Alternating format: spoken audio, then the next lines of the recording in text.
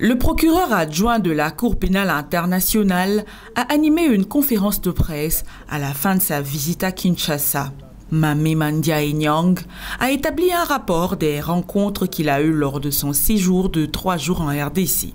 Il a été essentiellement question des échanges avec les autorités politiques et judiciaires, de la mise en œuvre du mémorandum d'accord signé par le procureur de la CPI Karim Khan lors de sa visite officielle de la RDC, mais aussi les discussions sur la coopération avec les victimes et autres survivants des crimes d'agression, crimes de guerre et crimes contre l'humanité.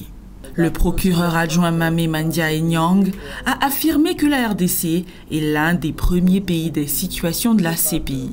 Mamé Mandiaye Nyang a réaffirmé la coopération entre la RDC et la Cour pénale internationale. Et comme vous le savez, la RDC est l'un des premiers pays de situation de la Cour pénale internationale. Quand la Cour a commencé ses activités en 2004, les premiers dossiers dont elle a eu à connaître sont des dossiers de la RDC. Donc, c'est pour dire que le compagnonnage entre la RDC et la CPI date d'aussi longtemps que la CPI est en vie. Suite aux massacres répétitifs commis dans l'est du pays, Mamé Mandiaye Nyang a rappelé la plainte de la RDC déposée par la ministre d'État, ministre de la Justice, garde des Sceaux, Rose Mutombo Kiese.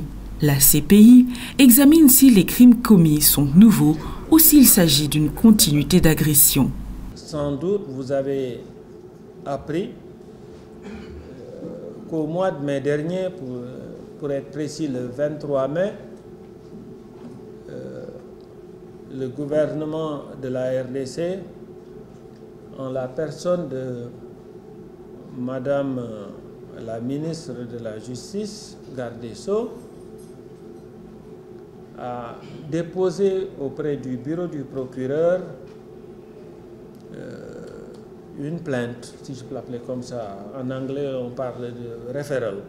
C'est-à-dire pour saisir la CPI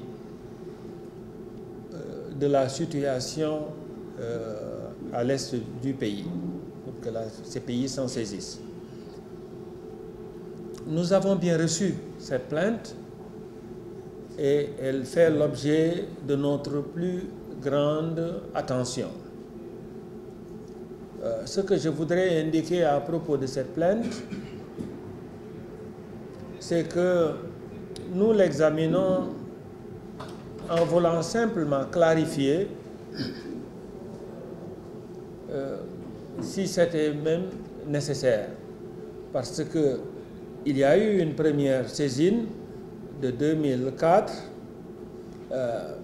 dont l'objet était de nous rendre compétents depuis les crimes de 2002. Et vous savez que quand c'est le cas, si la criminalité est continue, la CPI en reste saisie.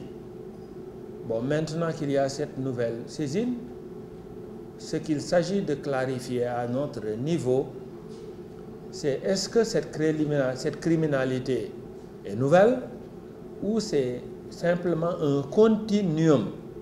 Est-ce que c'est la continuation de cette criminalité déjà dénoncée depuis 2002, auquel cas nous en sommes déjà saisis.